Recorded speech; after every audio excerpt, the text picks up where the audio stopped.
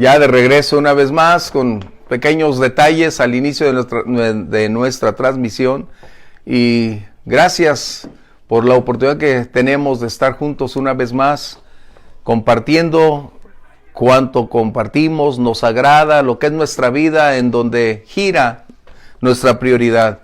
Por lo tanto, es el tiempo de introducirnos una vez más en el libro de los Hechos, en el capítulo 2, y mientras lo encuentras, tus aportaciones son valiosas. Las preguntas no las postergues, es mejor tratar de contestar y superar las dudas el día de hoy, porque esto, si no se hace, se acumulan y no hay un despliegue con mayor intensidad, sino que limita. Así que bienvenidos a través de las redes, como quienes estamos presencialmente aquí. Vamos a orar y pedir la dirección de Dios. Por favor, si uno de ustedes nos guía y prepara el escenario para que el Espíritu Santo nos inunde con sabiduría y revelación, por favor.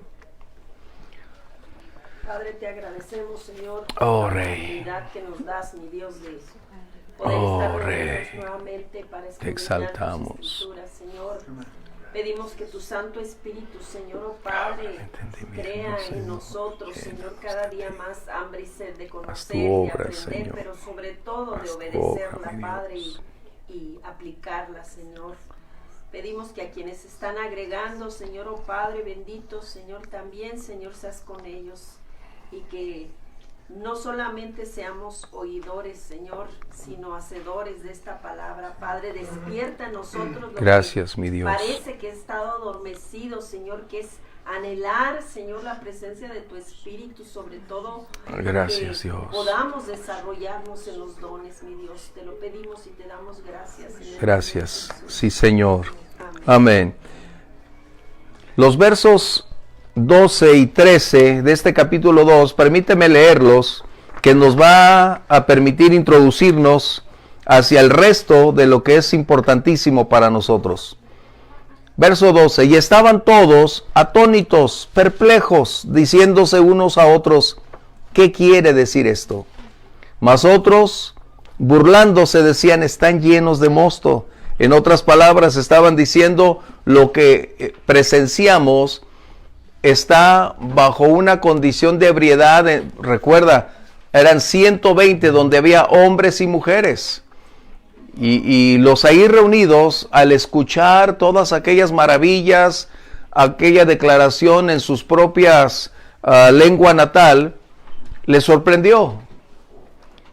Debemos puntualizar que el don de lenguas no fue conferido para hacernos sentir bien, ni para creer que hay un grado de espiritualidad más elevado, o adquirir una posición donde se debe rendir tributo, o colocar en una jerarquía. No. El propósito, como Jesús lo estableció, es un poder para servir. Y es lo que se necesita el día de hoy. Tenemos grandes anhelos de servir, de alcanzar, de propiciar a nuestro entorno social, conocer la verdad, pero solo podremos lograrlo con la llenura del Espíritu Santo, porque estamos descansando en nuestros recursos tecnológicos, en los medios masivos de comunicación, y aunque es bueno, pero estamos tratando de sustituir con estos medios lo que internamente necesitamos, que es la llenura del Espíritu Santo. Ese es el propósito fundamental por el cual podemos comunicar el mensaje poderoso del Evangelio, que es la misión asignada que el Señor nos dio. Yo coloqué la evaluación de las personas, los llevó a la crítica, a la duda. ¿Por qué? Recordemos, en el entorno donde estaban suscitándose estos acontecimientos, eran judíos, israelitas, de tal manera que aquellos que venían de fuera los escuchaban en sus propios idiomas hablar de las maravillas del Señor, pero ante toda esa condición de asombro, algunos dudaban y decían, ¿qué será esto? No conocemos exactamente la condición en que los 120 estaban compartiendo, declarando, hablando. Probablemente estaban levantando las manos, probablemente estaban de rodillas. No tenemos la posición específica, de tal manera que a los ojos de los primeros testigos o a quienes se les comunicó ese mensaje, debido a su trasfondo religioso y aún en su incapacidad e inexperiencia de poder entender o comprender qué es lo que estaba sucediendo, su análisis personal los lleva directamente a disminuir, a descalificar y a colocar lo que se estaba haciendo como un acto de ebriedad. ¿Por qué? Porque probablemente era la forma más rápida de evadir una realidad y conferirle a una condición que probablemente estaba fuera de control de ellos, esta situación. Pero eso sucede a menudo. A veces en ocasiones las reuniones, cuando hay este tipo de manifestaciones, que es difícil pastorear en momentos así, porque tienes que mantener el orden, tienes que mantener la estabilidad, hasta dónde llegan los límites, es difícil. Si para nosotros en ocasiones es un poco difícil, ¿qué sería para ellos? Y era lo que Pablo había advertido posteriormente acerca de cómo se debe actuar o cómo se debe hacer. No se nos dice que había desorden, no se nos dice, pero para ellos representaba un conflicto. Y es lo que se nos dice en Efesios, si lo tenemos, Efesios 5:8, por favor, 5:18. Y otro que pueda tener, 1 Corintios 14:23. No os embraguéis con vino en lo cual hay disolución, antes bien sed llenos del Espíritu. Lo que estaba sucediendo es que aquellos 120 galileos se encontraban de una manera, con una posición tan intensa, con una pasión, con un fuego que era prácticamente nuevo para quienes lo estaban observando y no tenían la más mínima idea de cómo calificarlo o colocarlo en el contexto de una realidad espiritual. Lo evadieron y lo colocan disminuyéndolo. Recordemos que es muy importante para nosotros. La palabra que ellos utilizan como mosto que tú tienes ahí, o vino, hay diferentes palabras en el Nuevo Testamento. Por ejemplo, yayin es una, y aquí gleucos, la que ellos están utilizando, era un vino dulce, pero con un alto grado de toxicidad. Era lo que ellos estaban refiriéndose cuando dice la palabra aquí en el verso 13, mosto, que es hablando de vino, pero la palabra a la cual ellos se referían era a un vino dulce con un alto grado de ebriedad. Por eso es que encontramos posteriormente que Pedro se levanta con una fuerza, con un valor increíble para refutar esa condición. ¿Sí? 1 Corintios 14:23, por favor. Si pues toda la iglesia se reúne en un solo lugar y todos hablan en lenguas y entran indoctos o incrédulos, ¿no dirán que estáis locos? Eso siempre sucede. Por eso encontraremos más adelante que Pablo dice, oraré con el Espíritu, sí, pero también oraré con el entendimiento. Pero aquí estaba la comunicación en lenguas para los que estaban ahí. ¿Sí? ¿Comentarios? ¿Vamos bien? Sí, eso es muy importante.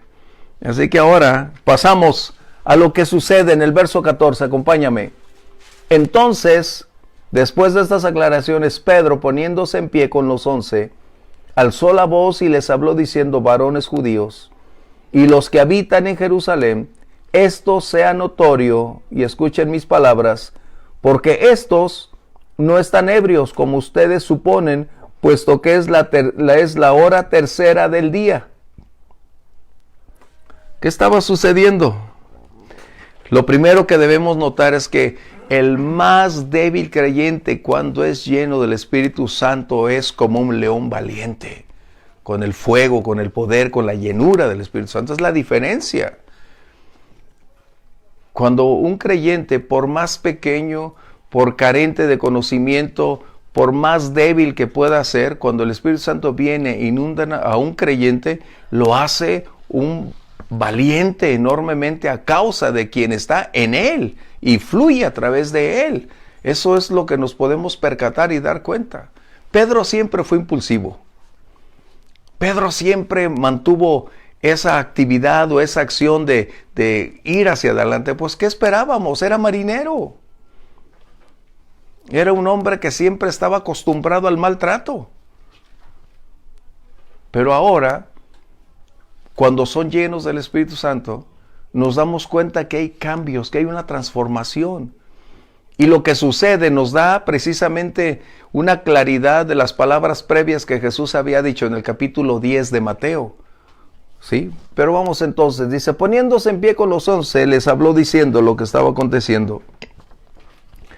Primero, debemos recordar que estos 120 eran judíos. Porque a veces se nos olvida que la iglesia naciente nace precisamente con una población totalmente israelita. Y de ahí es donde viene de Jerusalén al mundo. Jesús lo dijo en el capítulo 4 de Juan. Vamos a leerlo, 4:22, cuando está hablando con la samaritana. Porque si no subrayamos o hacemos énfasis en este contexto, tendemos a minimizar al pueblo de Israel, a olvidar que somos los que fuimos insertados y no somos el olivo natural.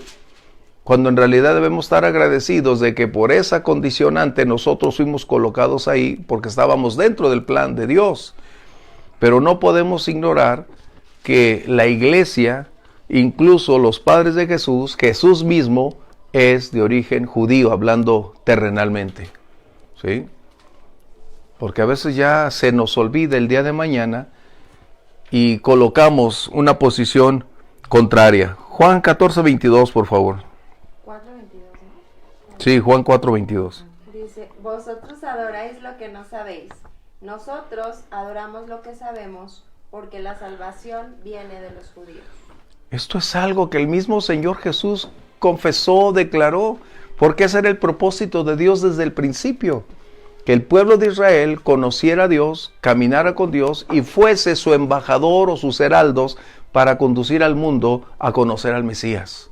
Eso es algo que es imprescindible para ti, para mí como creyentes, conocer que nuestro origen como iglesia nace en Jerusalén con 120 judíos y como resultado de que es la palabra que Jesús declaró para que nosotros continuáramos adelante. Si esos 120 se hubieran quedado solo en Jerusalén, no seríamos tú y yo cristianos, porque hasta el día de hoy Jerusalén no es cristiana. Entonces, es importante, ¿sí? Pedro dice que era imposible que pudieran estar ebrios, puesto que era la hora tercera. En otras palabras, el día judío empezaba a las 6 de la mañana. Así que ellos tenían 12 horas de día, 12 horas de noche, y su inicio era a las 6 de la mañana, por lo tanto la hora tercera correspondía a las 9 de la mañana.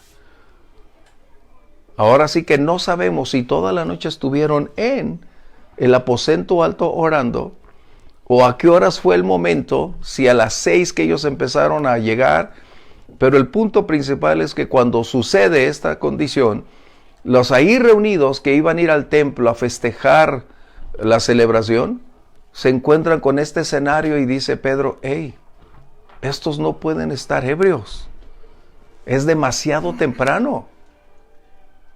Es más, en otras palabras diríamos, todavía ni desayunan.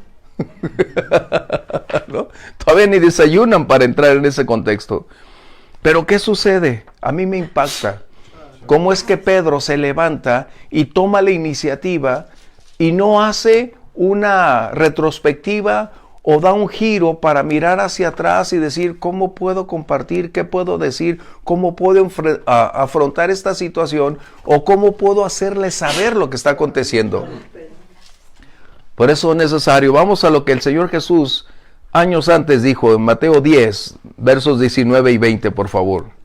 Mas cuando os entreguen, no os preocupéis por cómo o qué hablaréis, porque en aquella hora os será dado lo que habéis de hablar. Porque no sois vosotros los que habláis, sino el Espíritu de vuestro Padre que habla en vosotros.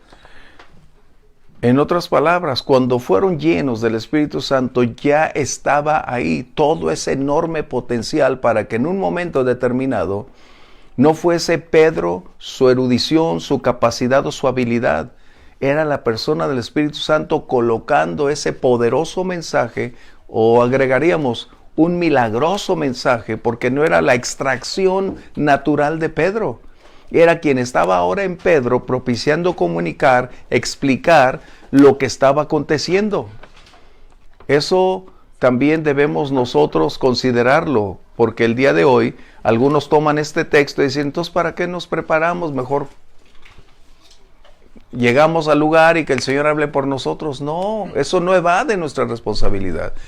Lo que está diciendo el Señor Jesús en esas palabras es que llegado el momento exigido, que supera las condiciones naturales, cuando estás fuera de la circunstancia que tú piensas tener en control, es cuando emerge la figura, la presencia, la llenura del Espíritu Santo para comunicar eficazmente el mensaje que Dios va a colocar ante las personas a tu alrededor.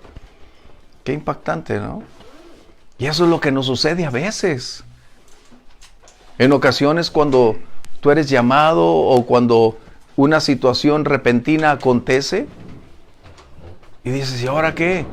Tú has orado, has estudiado, has buscado al Señor, pero es ahí donde entra el Espíritu Santo con todo ese enorme potencial para usar tu vida como el medio comunicativo para que las personas conozcan a Dios. ¿Y cuántas veces no nos ha tocado?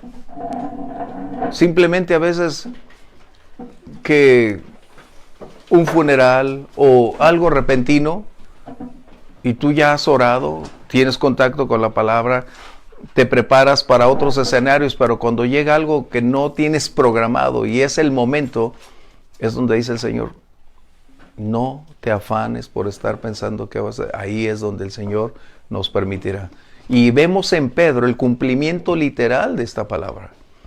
Pedro no tenía esa capacidad de erudición, no tenía ese talento hablando naturalmente. Pero cuando llega el Espíritu Santo, ¡oh, qué glorioso! Viene una transformación en su espíritu, en su mente, en su corazón. Hay una ilimitada capacidad para servir a Dios porque no somos nosotros, es Él en nosotros y a través de nosotros. Esa es la gran diferencia. ¿Sí? ¿Comentarios? 10 horas de transpiración para 1 minuto de inspiración. 10 minutos. Qué tremendo, ¿no? Es verdad, eso es lo que estaba aconteciendo. Pedro es el resultado de aquellas palabras que Jesús previamente colocó. Y encontramos a Pablo posteriormente cuando está hablando con Festo, con Agripa. Aunque Pablo era un erudito, el Espíritu Santo ahí coloca todos esos elementos para comunicar clara y eficazmente el mensaje, y de esta manera los que estaban escuchando recibieron exactamente lo que requerían para entender y conocer al Mesías, pero fue su decisión decidir sí o no. Es como Agripa le dice, por poco y me persuades, Pablo. Por poco y caigo en el cristianismo, ¿no? ¿No? En el libro de los Hechos, capítulo 27, cuando está hablando Pablo ante los reyes. Y eso es precisamente lo que hace el Espíritu Santo en el creyente, equipándole para servir al Señor. Por eso, en la introducción mencionamos que el Espíritu Santo es un poder para servir. Ese es el propósito del Espíritu Santo. Ahora imaginemos aquella multitud y Pedro se levanta para compartir.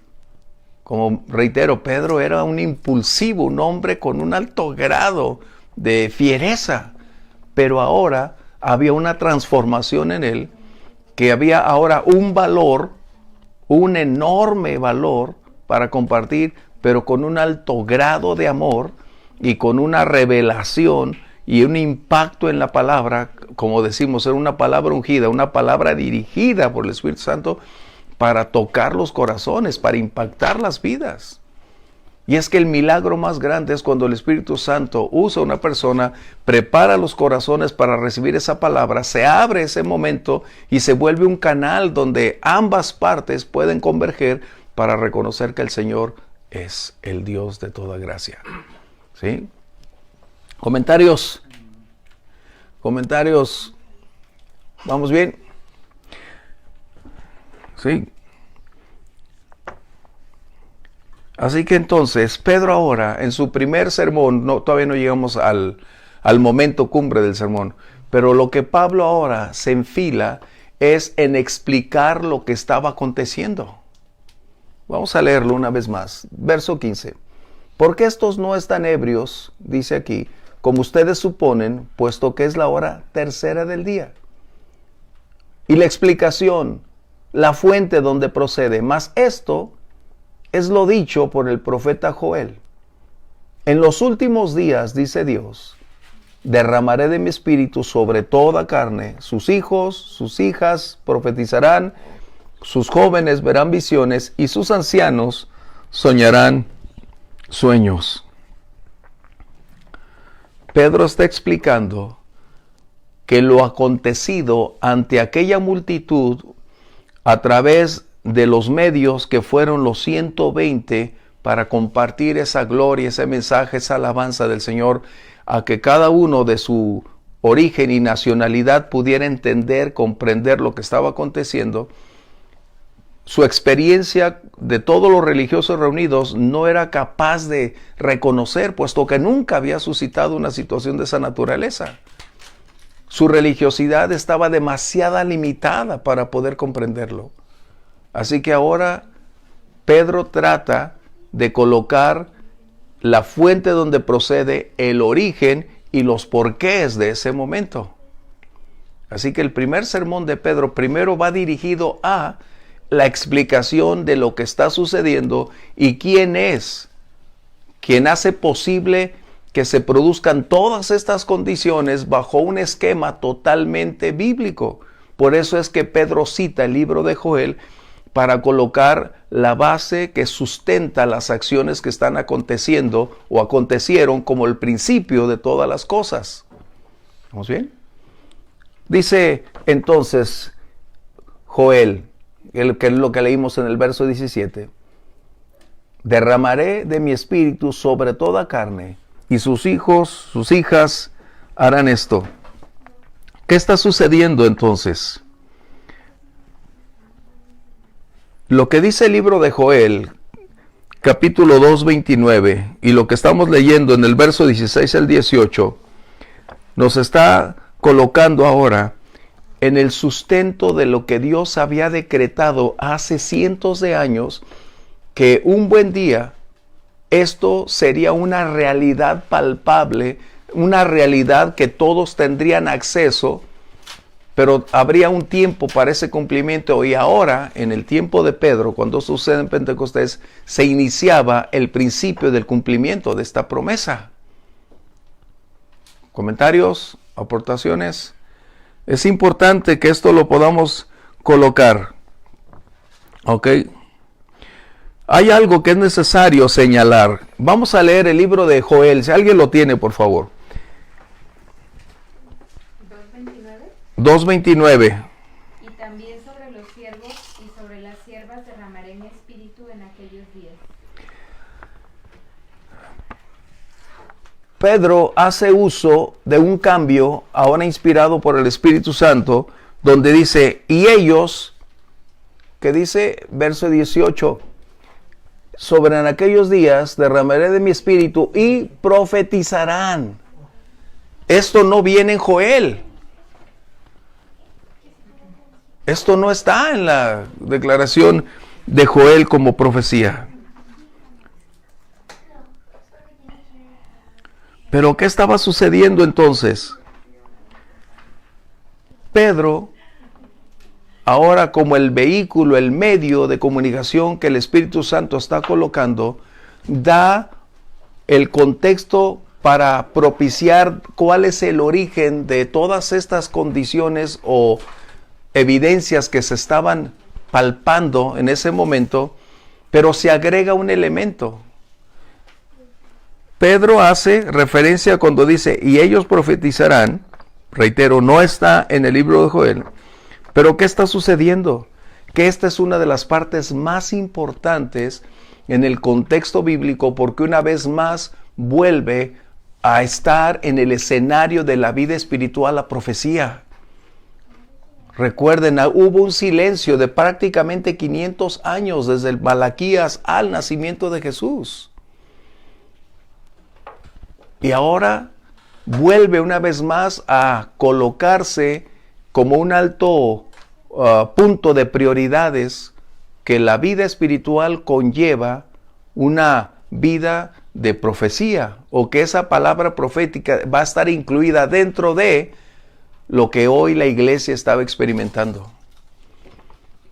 A mí me sorprendió también cuando comparas ambas escrituras y dices, no está la palabra profetizarán.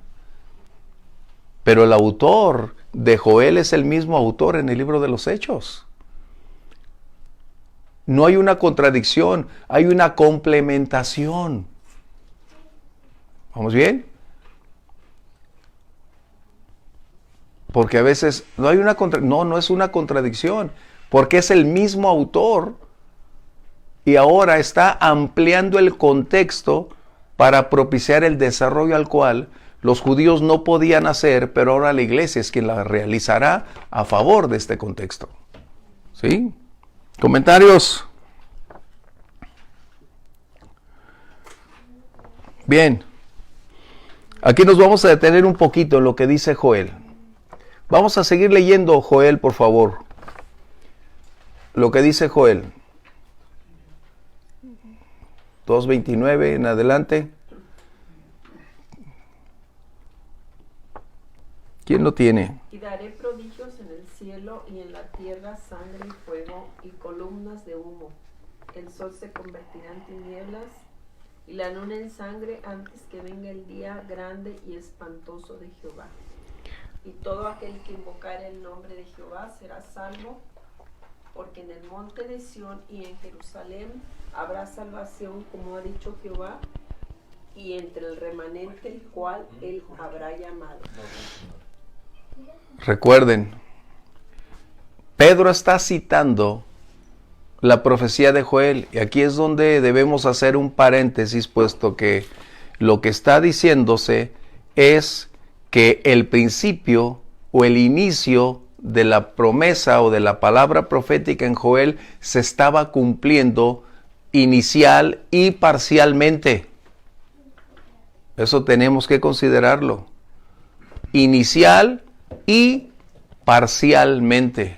Porque la segunda parte que tenemos ahí, sangre, fuego, vapor de humo, eso no será sino hasta la tribulación, y los otros hechos serán en el milenio mesiánico. ¿Estamos bien? ¿Comentarios? ¿Sí? O sea, ¿qué está sucediendo? Hablábamos cuando iniciábamos Hechos acerca de el inicio de una continuidad que la iglesia está colocando. Pues ahora nosotros estamos entrando una vez más en las declaraciones que Pedro, por el Espíritu Santo, está diciendo que la iglesia, ¿cuál serán o qué serán las evidencias o los dones que estarán fluyendo a través de los creyentes mientras no se llegue al final de la tribulación o del reino mesiánico? En otras palabras, lo inicial es la continuidad de lo que está ahí, de lo que nosotros estamos viviendo, experimentando y que necesitamos desarrollar de igual manera, puesto que no está limitado. El cumplimiento de la promesa no pudo haber sido realizado en su totalidad en 120, cuando dice sobre toda carne derramaré sobre mi espíritu. No puede ser en 120.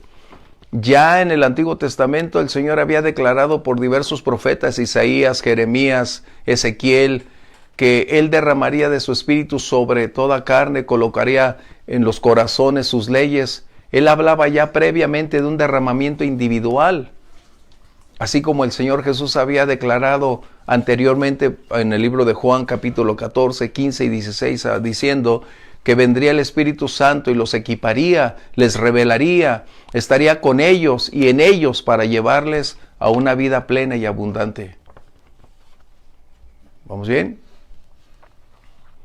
Así que estamos hablando de un inicio, de un cumplimiento parcial, puesto que todavía no llegamos al final de los tiempos para que sea la declaración total de Joel.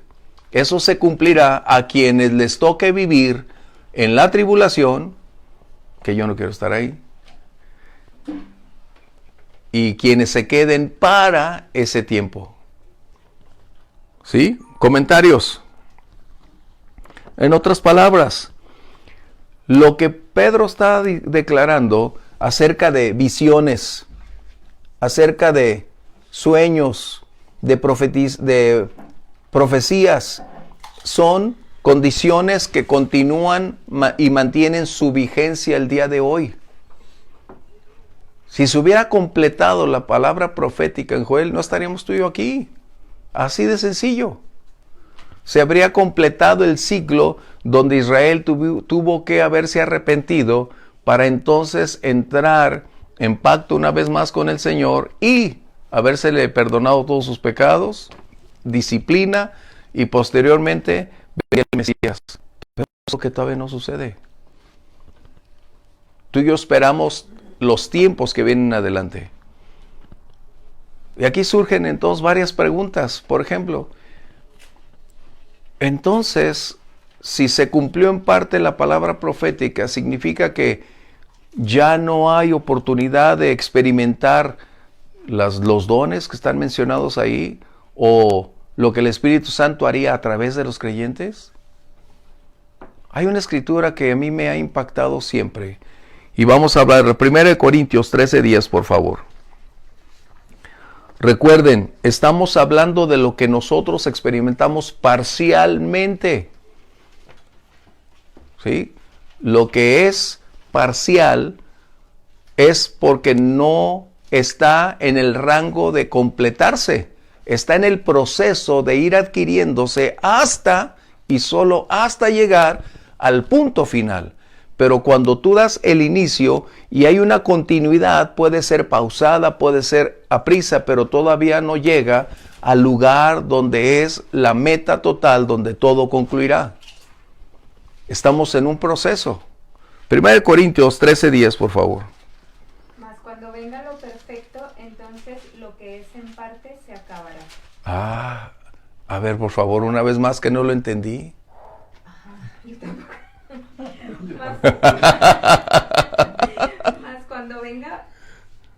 Mas cuando venga lo perfecto, entonces lo que es en parte se acabará. Cuando venga la perfección, en otras palabras, el Señor Jesús, que es el único perfecto, lo que hoy tenemos parcial o continuamente llegará a su proceso final.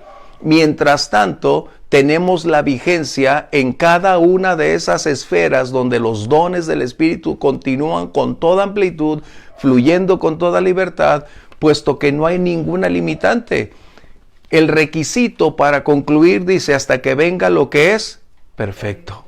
Está en estilo griego, escrito ahí. Así de sencillo. Se escribe en los griegos. Hasta que venga el Señor, y es lo que esperamos cuando Él venga. Por lo tanto, los dones, los milagros, las sanidades, la profecía, todo continúa en ese ámbito de irse desarrollando, puesto que no existen los elementos para considerar se han deteriorado o cumplido, y de esta manera no pueden estar más en un ejercicio continuo. Mientras no venga lo que es perfecto o quien es perfecto, colocando, tenemos lo parcial en continuidad y en pleno desarrollo hasta lograr alcanzarlo. ¿Comentarios? ¿Sí estamos bien?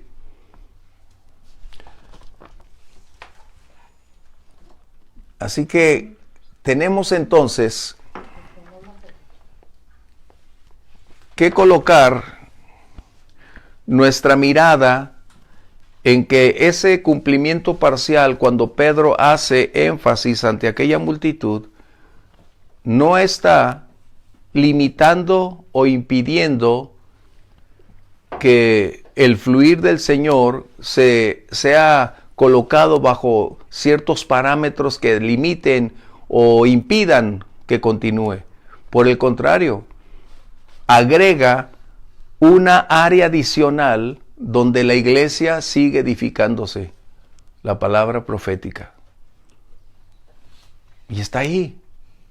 Solo que necesitamos después, cuando hablemos de profecía, colocar muy bien esos parámetros, pero la palabra profética continúa. Como vimos la clase anterior, ahí 1 Corintios 13, hablando de la profecía, cuáles son los 3 aspectos fundamentales: de exhortación, de enseñar, de consolación. Son aspectos importantes. Ahora recordemos, la palabra profética también tendría para consolidar el canon total de la palabra es a través de la revelación. Pero eso no limita ahora que la iglesia siga en el proceso de continuar edificándose a través de una palabra que Dios tiene específica para una iglesia, para una persona, para una dirección especialmente. ¿Sí? ¿Comentarios? Porque hablábamos hace unas clases acerca de los grupos cesacionistas, progresistas y aquellos que somos continuistas. ¿Por qué? Porque tenemos los elementos para poder continuar haciendo la obra. Por eso mencioné que Pedro, al hacer énfasis de la profecía de Joel, coloca el principio parcial, pero continuamente o en ese desarrollo hasta llegar a lo que un buen día nosotros mismos estaremos viviendo. El Señor Jesús lo había declarado en Mateo 24, en Lucas 19, cuando habló de los últimos tiempos. A eso se refería esta parte del libro de Joel. ¿Sí? ¿Comentarios? ¿Preguntas? Ahora, ahí también es el principio de la iglesia universal. O sea, cuando el judaísmo era intrínseco, ¿no? O sea, nada más para ellos, y ellos eran el pueblo elegido. Aquí ya es a toda carne, o sea, ya es una orden a todo el mundo a predicar el evangelio, ¿no? Exacto. Eso es una parte muy importante. Sí, tenía que consolidarse en el pueblo judío para el cumplimiento de la promesa en ellos, ¿es cierto? Independientemente si nos situamos en ese tiempo, es ¿cómo se dice? Vanguardista. Porque generalmente todas las religiones en ese tiempo eran politeístas y eran nada más individuales de determinados pueblos. Esta es innovadora, progresista en un momento dado, vanguardista, y es a todo el mundo, que era extraño. Y la otra que yo veo es, ahora empezamos a entender por qué estaban esperando la parusia en esos mismos, a los 20 años, 30 años después, ¿no? Sí. Pablo esperando que... Ajá, sí, Pablo se incluía en la parusia. Así es, o sea, ya vamos entendiendo por qué estaban esperando la venida del Señor casi en el primer siglo. Sí, de hecho, para ellos era como algo inmediato, porque aún el apóstol Juan dice, hijitos, hablando de eso, estos son los últimos tiempos, porque hemos escuchado del anticristo. El mismo apóstol Juan escribe, porque para ellos, en su contexto original, lo que mencionabas, desde niños al ser instruidos en la Torá, en la instrucción, que es lo que quiere decir, ellos ya tenían anticipadamente un previo conocimiento.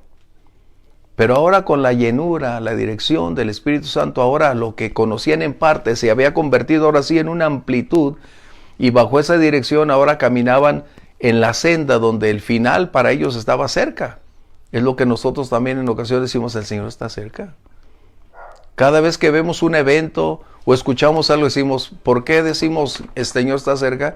Por el antecedente que ya para nosotros es tan real, inamovible, del cual estamos conscientes que la parusia debe estar en cualquier instante. No sé si cada generación lo entendiera de igual forma, ¿no? Pero esta sí ya está mucho, no sé la que me tocó vivir, ¿verdad? Pero sí se ve que en cualquier momento todo mundo puede ver la llegada de Cristo, todo mundo, o sea, es fácil entender una guerra y fuego en el cielo, o sea, no es tan difícil. A lo mejor en 1800, que fue otro despertar cristiano muy fuerte, también se esperaba los mileniaristas, ¿no? Que ya Sí. esperaban el milenio, pero no creo que fuera entendida a como es hoy, pues. No sé cómo lo No, ubican ellos. no, era difícil. Bueno, cada generación tiene su contexto, pero creo que hemos llegado a un punto donde la ciencia, la tecnología, la comunicación se ha conjugado para que podamos advertir con tanta claridad que estamos a un paso. Sí. Hoy estamos a un paso. Simplemente Israel en el territorio, que en 1800 no estaba. Pero Exacto. Porque ellos vinieron a ser nación en el 48, 1948, el 14 de El mayo. movimiento sionista desde los 100 años antes o en el 1800. Pero que Y ahora, los judíos esperan el cumplimiento de la promesa en Joel para ser ellos también parte de eso. Lo que tenemos que entender. Así que nosotros tenemos el privilegio de formar parte de una generación que está en ese proceso para alcanzar la parousia, pero con toda la libertad de seguir ejerciendo, viviendo, experimentando la vida espiritual, los dones del Espíritu, movernos en esa esfera sobrenatural, pero es necesario que seamos llenos del Espíritu Santo. Que la iglesia una vez más vuelva al origen,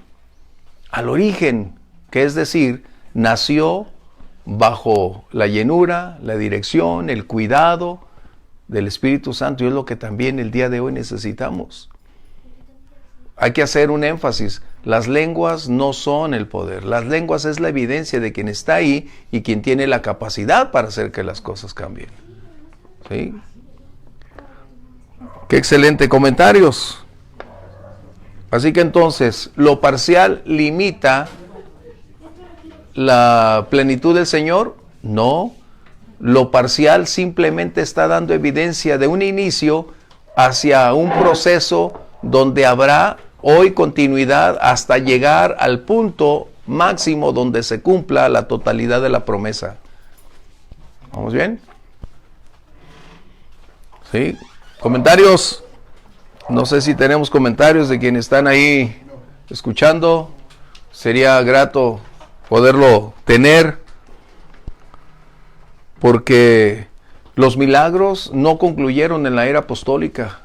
Los milagros continúan el día de hoy porque no son la acción de un hombre, es la intervención de un poder sobrenatural para hacer cambiar las circunstancias de nuestro entorno actual. Los milagros es la intervención directamente del Señor para eso. Las sanidades también pueden ser una realidad el día de hoy, puesto que es la misma mano del Todopoderoso en acción. O sea, no está limitado el Señor por el tiempo o por nuestra postura. Él es inmutable, incambiable, y Él sigue teniendo sus mismos atributos. Y es cuestión de nosotros darnos cuenta cómo vamos a vivir la vida cristiana.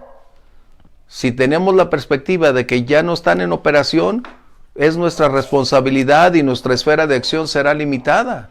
Pero si nos damos cuenta que hay una continuidad en el proceso de los dones y su desarrollo, y si nos sumamos en ese contexto, tenemos una oportunidad de ampliar nuestra capacidad de servir y de vivir con mayor intensidad, puesto que el Espíritu Santo es quien nos está equipando para hacer la obra.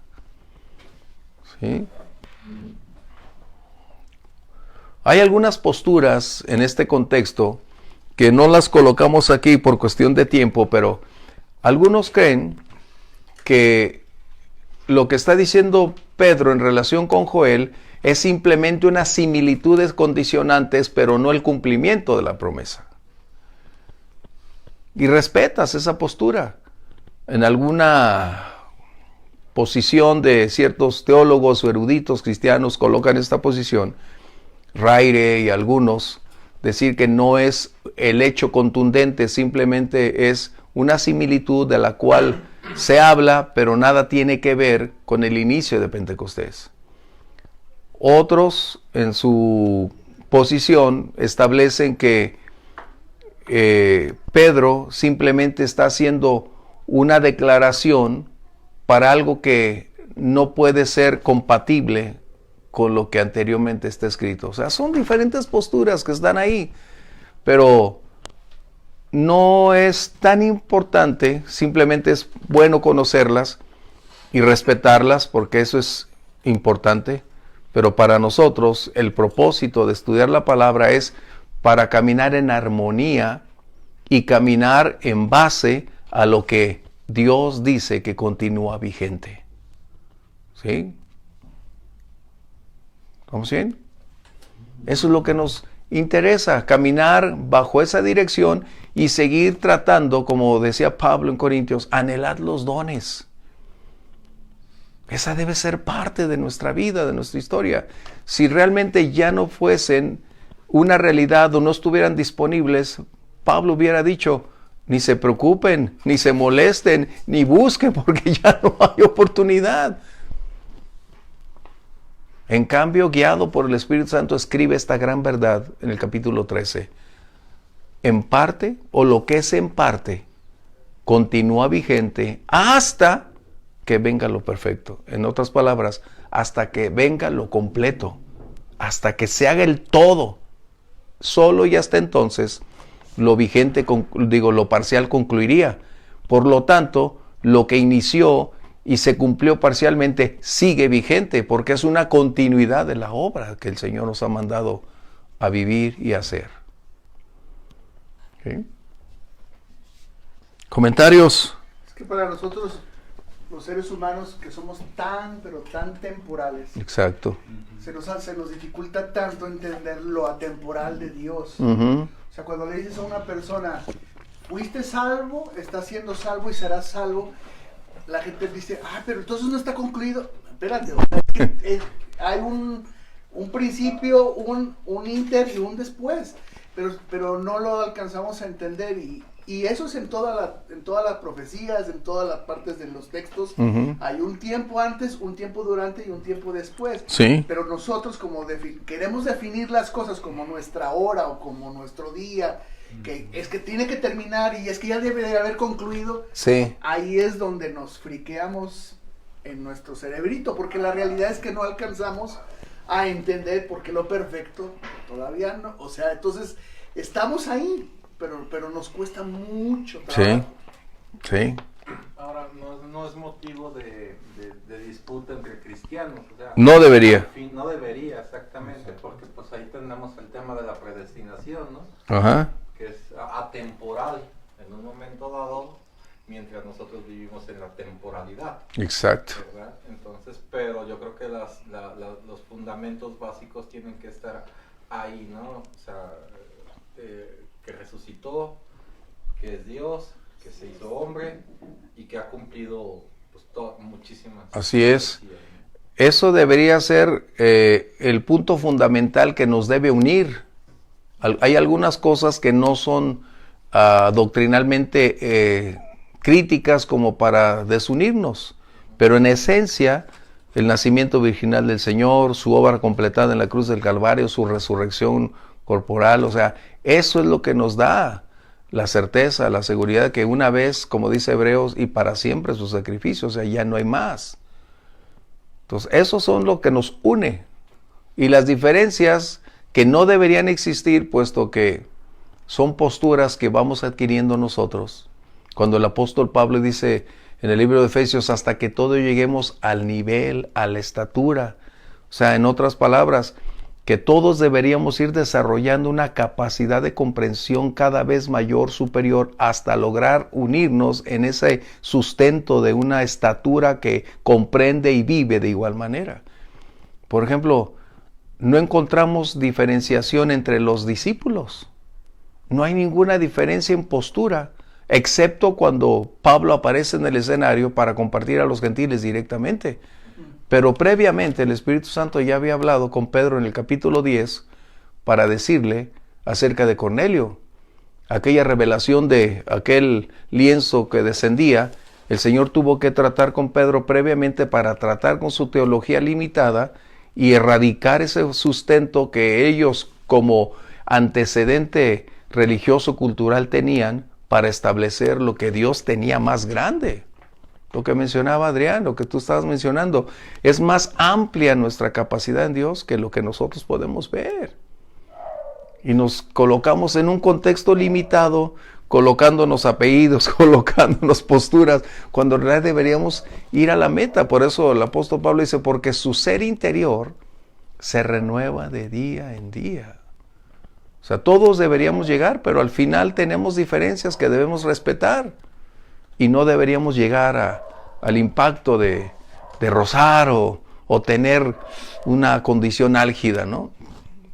Creo que cuando respetas la postura de alguien, no porque tengas temor, sino por madurez, respetas su postura, sabes que entrar en un conflicto, tú no lo vas a cambiar, ni él te va a cambiar. Y quienes estarán escuchando probablemente van a salir más perjudicados por dos posturas distintas. Yo creo que el primer concilio real es el de Pablo con Pedro. Y se armó la grande. Se armó la grande en ese concilio. Hay que abrirle la puerta a los testigos de Jehová. No. No hay muchas diferencias. Nosotros somos testigos de Sí, los otros son testigos contra Jehová. Ellos son lucelistas, nosotros somos testigos de Jehová. Bien, comentarios. Esto es donde la clase se torna más impactante, puesto que esa participación de colocarse ahí. Yo me acuerdo cuando nos convertimos, el pastor pues nos enseñó la vida del Espíritu, los dones, y uno decía, ¿cómo? ¿Y de qué manera? Pero cuando empiezas a orar, a buscar al Señor, y cada día viene un poquito más de luz, un poquito más de revelación, te das cuenta que estás en la línea. Y que el propósito es descubrir esos tesoros que están adelante, pero otro no los puede descubrir por ti. Eres tú quien tiene que descubrirlos bajo la guianza, claro, del pastor, de la gente a tu alrededor, para que te lleven a ese punto donde tú mismo dices, wow, esto es lo que Dios tiene reservado para mí. Increíble. Por eso Job decía, de oídas te había escuchado. Y eso que tenía una tremenda relación Job con el Señor. Pero era, lo que decías, una limitante muy, muy pequeña. Pero en la medida de su relación, se amplió el horizonte.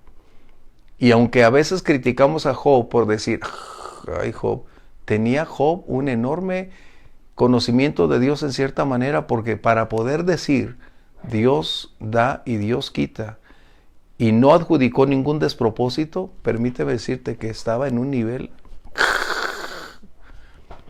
muy, muy alto. Algunos de nosotros sufrimos una pequeña pérdida, estamos, Señor, ¿no? Pero en su nivel espiritual, claro. Así que, comentarios. Por eso la comparación esta como el matrimonio, ¿no? O sea, la vida cristiana es como el matrimonio. O sea, al final de cuentas, todos tenemos un panorama, pero ya que entramos, entonces dices, esto no pensé que así era. No pensé que era tan bueno, no pensé que fuera tan malo. O sea, pues y así es la vida cristiana igual. O sea, pensábamos cosas que entramos y decimos, yo pensé que no era tan bueno esto, no pensé que era tan malo, no pensé que era así. O sea, puede ser también así. Caray. Es que también yo, por ejemplo, te vengo de un contexto católico. Ajá. Durante 40 años, ¿sí? Sí. El razonamiento y el individualismo que da el cristianismo contra el catolicismo, contra el dogma católico y contra lo que se tiene que hacer, mientras que el cristianismo es individual, ¿sí? y es de razonamiento fundamentado. Esa es la diferencia. Probablemente por eso cueste más trabajo a un católico convertirse al cristianismo, porque dice, tienes que pensar, no, entonces no, pues mejor que me digan qué hacer. Sí. Sepárate y comulga. Ajá, aunque... Sí, no, y cree que y vamos a ponerle palabras difíciles como transustanciación para que amarre, así que... Sí, son contextos que tristemente, pues en un momento dado limitan, ¿no? Pero ahí es donde vemos que el Espíritu Santo, cuando llega a nuestra vida, aclara el panorama, trae convicción, nos hace ver lo que no veíamos, entendemos lo que no entendíamos, y de esa manera hoy tenemos la libertad de decir, sí, Señor, gracias. Y nos da, ahora sí que dolor ver a otros de nuestros amigos, familiares, que no pueden ver lo que tú y yo vemos, que no pueden entender lo que tú y yo hoy podemos de tener conocimiento, ¿no? Y ahí está la clave, porque la verdad es que el cristianismo sin el ejercicio de los dones, sin la vida del Espíritu Santo, no hay mucha diferencia con el catolicismo. O sea, claro, es la realidad. Y es el parteaguas en la vida del creyente, la vida en el Espíritu. Sí. Es el parteaguas, porque la realidad es que hay muchos cristianos que, ¿por qué vas el domingo? Pues porque todos van el domingo, ¿no? O sea, ¿y por qué? Pues ¿por qué levantas las manos? Pues porque las levantan los demás. Pero la realidad es que no hay a veces tanta diferencia. Simple y sencillamente te das cuenta en las reuniones entre semana. No, es que eso también sí es cierto. O sea, nada más cambian de Sí, lugar, claro, ¿no? o sea, nada más cambiando una reunión de 45 minutos a una de 2 horas. Pero vamos a una situación. El principio del cristianismo es individual y es de razonamiento. En el catolicismo no es así. Es dogmático y de disciplina. Sí, es impositivo. Así es. Eso es algo que tristemente vivimos, pero así como el Señor nos alumbró y nos atrajo con cuerdas de amor, así seguiremos orando para que Dios atraiga a todos ellos de esta manera. Aunque cuando el Señor habló a nuestro corazón, también nos dio la libertad de elección para poder inclinar y decidir qué hacer. Y el Señor nos ayude para ver esa condicionante. Ahora, vemos igual, cuando Pedro está compartiendo ante esa multitud, estaban asombrados. De la duda vinieron a la crítica, a la burla, al escarnio, a desacreditar lo que estaba aconteciendo por no comprenderlo. Esa era la razón fundamental. No alcanzaban a comprender dentro de su experiencia religiosa lo que sobrepasaba su capacidad de entendimiento y mejor lo desacreditaron. Pero es cuando empieza el Espíritu Santo en Pedro, a través de Pedro, a aclarar las condiciones que se estaban suscitando, el porqué de las mismas, y ya veremos después en el sermón que es precisamente lo que impacta, cuando esa palabra penetra como espada de dos filos hasta lo más profundo y hace posible que la capacidad intelectual de cada uno de los que estamos o estaban ahí reunidos podamos tener la transparencia o la claridad para entender las cosas. De otra manera no nos hubiéramos convertido. De otra manera no estuviéramos aquí si no fuera por el Espíritu Santo.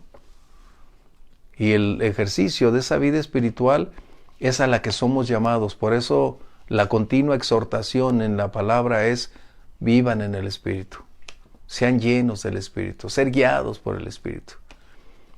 Así que estamos adentrándonos en eso. El Señor nos ayude no solo a tener un conocimiento intelectual o tener la capacidad de la comprensión, sino que se convierte en ese binomio indestructible entre conocimiento y práctica, o práctica y conocimiento, y de esa manera caminemos en armonía con la voluntad de Dios. Comentarios. Concluyendo entonces la profecía de Joel.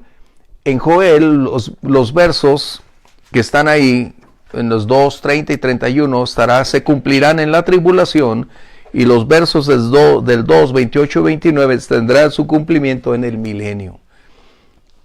Así que para nosotros los versos del 6 al 18 son los que nos compete vivir hoy, porque es el tiempo de la iglesia, recuerden.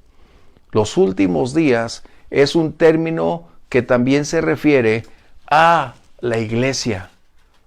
Aunque el pueblo de Israel está implícito, pero prácticamente cuando Israel desechó al Mesías, vino la iglesia a ser el reloj del Señor para marcar el curso y final del plan y propósito divino de su salvación. ¿Sí? ¿Comentarios? ¿Aportaciones? ¿Estamos bien? Solo para añadir, en Mateo 21, 43, el Señor ya había declarado que el reino sería retirado de los judíos y dado a quienes, a quien dieran frutos. Mateo 21:43, por favor.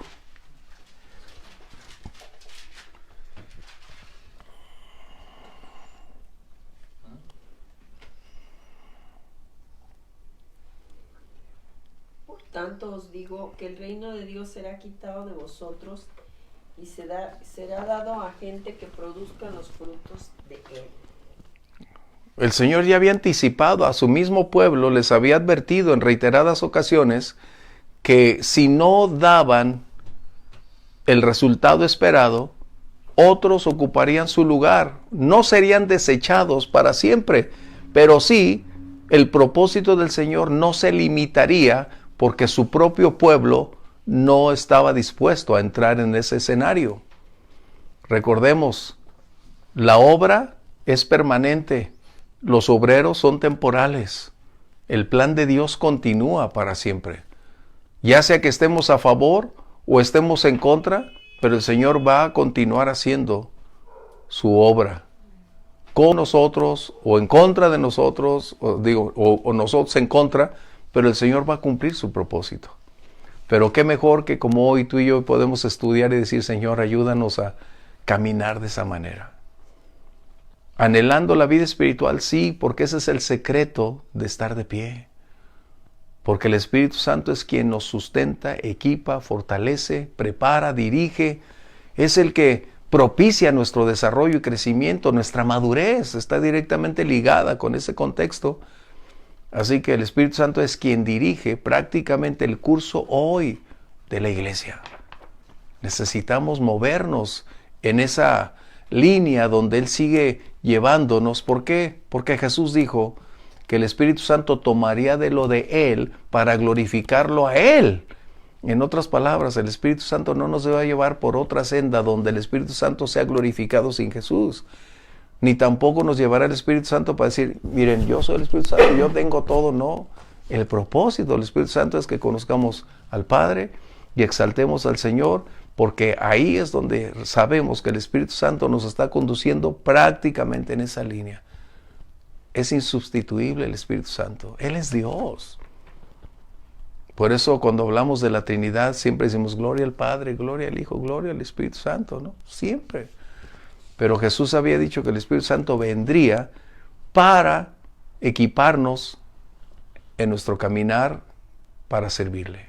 Mientras estemos sobre la faz de la tierra, no podemos vivir o no deberíamos vivir sin Él. Comentarios. Así que, simplemente la primera acción que Pedro está tomando para aclarar, él lo hace ya desde la perspectiva de la resurrección del Señor Jesús. Recuerden, ellos habían convivido por 40 días después de la resurrección. No me imagino la alegría, el placer, el asombro de verlo físicamente, estar con Él, sentarse a la mesa con Él. O sea, yo no lo puedo imaginar, aunque me deleito, porque a veces trato de trasladarme qué hubiese representado verlos sentados y tú ver ese escenario, ¿qué hubiera representado? Porque esos 40 días ellos convivieron, compartieron, cenaron, comieron con Él y escucharon las palabras de Jesús, alentando, fortaleciendo, dirigiendo, instruyendo para que ellos estuvieran sólidos para el día cuando ya el Señor Jesús no estuviera más con ellos. Ahora el Espíritu Santo estaría en ellos para hacer la obra a la cual les había sido encomendado. Así que 40 días habían estado ya con Él. Por eso Pedro, cuando se levanta, lo hace sabiendo que hay una realidad después de que esta anatomía física cese. Hay una realidad más allá de la cual no hay limitantes. Era el secreto de Pablo, por eso decía, para mí el vivir es Cristo y el morir es ganancia. Él sabía que vivía eternamente desde el día que dijo, Señor, tú eres mi Dios y mi Señor. Por eso Cristo vive en mí, cuando decía Pablo. Él sabía que podía arriesgar su vida, que podían quitarle la vida, pero él decía, tú puedes hacer algo con este cuerpo, pero mi morada, mi Padre Celestial está con el Señor. Qué tremendo, ¿eh? Señor nos dé esa fe para seguir adelante pensando de esa manera. Bien, hay solo 3 cosas para irnos concluyendo. Lo que Pedro está mencionando acerca de lo que experimentó la iglesia de ese bautismo, de esa llenura del Espíritu Santo, es lo profetizado por Joel. En otras palabras, el Señor siempre cumple sus promesas. Y lo que previamente estaba escrito tendría que ser cumplido, y ese era el momento para cumplirse. Se cumplió a causa de creer que el Señor había dicho que esa promesa sería recibida. Se dedicaron a orar y el Señor les concedió el Espíritu Santo a los que se lo pidieron. ¿Sí? La segunda, los esperados últimos días en el programa que Dios había decretado desde Moisés hasta Malaquías estaban entrando en su inicio de cumplimiento. Los últimos días prácticamente iniciaron en el cumplimiento de la promesa del derramamiento del Espíritu Santo. Como algunos dijeran, otros escritores dicen los tiempos de los gentiles, hablando de los últimos, hablando del tiempo de los gentiles, que somos tú y yo, los que no éramos judíos, pero que nos alcanzó su gracia. Y la tercera es la validación del hecho consumado del establecimiento o restablecimiento de la profecía. Recuerden, profetizar no estaba en Joel, es introducido en Pentecostés, en el libro de los Hechos. El mismo autor, que es el Espíritu Santo, coloca esta amplitud para propiciar, edificar la iglesia. Si vemos 1 Corintios 13, vamos a ver que la profecía edifica, es lo que está aconteciendo, ¿sí? Y cuando hablamos de profecía, hemos hecho ciertas observaciones, pero no es aquella que dice, tengo una profecía para ti, mira, yo te la voy a decir. No, esa profecía viene por inspiración del Señor y tú eres el medio, el vehículo a través del cual va a fluir. No es como las lenguas que tú las haces a un ejercicio personal después de haberlas recibido. Pero la profecía es inspiración del Señor mostrándote o revelándote algo para ser tú el medio comunicativo a o a quién debe llegar. ¿Sí? ¿Comentarios? Se establece entonces la profecía como un hecho para nosotros o para la iglesia. Y vamos a encontrar a Agabo más adelante, a las hijas de Felipe, a las 3 hijas de Felipe profetizando. Vamos a encontrar todo esto más adelante, pero es necesario establecer el punto. ¿Sí? ¿Comentarios? Bueno. Llegamos al final. ¿Alguna aportación? ¿Algo para irnos? Qué bien se ponen las clases, ¿verdad? Pero me pone a estudiar mucho.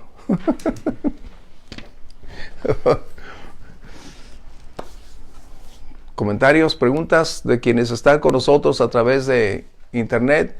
Saludos a todos ustedes que han estado con nosotros desde el inicio de la clase. Bienvenidos. Pues vamos a dar gracias, vamos a orar. Y recapitulando, las lenguas no nos hacen superiores a otros. No son para sentirnos bien o para jactarnos de que hay algo más en nosotros.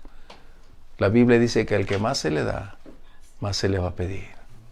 Así que no es por obras, ni es tampoco para que alguien pueda decir, es que yo soy más espiritual que tú.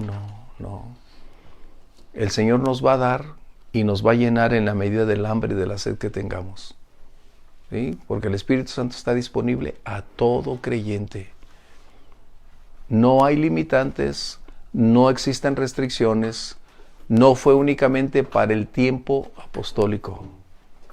¿Bien? Vamos a orar, vamos a dar gracias. Señor, qué privilegio nos concedes por tu Espíritu Santo de ir entendiendo que lo profetizado cientos y cientos de años vino a iniciar el cumplimiento en Pentecostés. como una promesa también profética para las generaciones venideras en la consolidación, en la realidad de la llenura, del bautismo del Espíritu Santo con los frutos, los dones, con la vigente actualidad para continuar desarrollándolos, recibiendo y edificando a la iglesia. Señor, ayúdanos a mirar hacia adelante. Necesitamos más de ti, Señor. Nos damos cuenta en la medida de nuestro estudio que estamos apenas mirando, Señor, hacia ese horizonte de un ilimitado futuro con ilimitadas posibilidades. Tenemos hambre y sed de ti, Señor. Sacia y llena nuestra vida con tu Santo y Divino Espíritu y bautiza y sigue derramando tu Espíritu para que puedan fluir esas lenguas, esos frutos, esos dones, mi Dios, para edificar la iglesia. Te damos las gracias, Señor, por lo que estás haciendo, en el nombre de Jesús. Amén. Dios les bendiga, bendiciones, estaremos en contacto.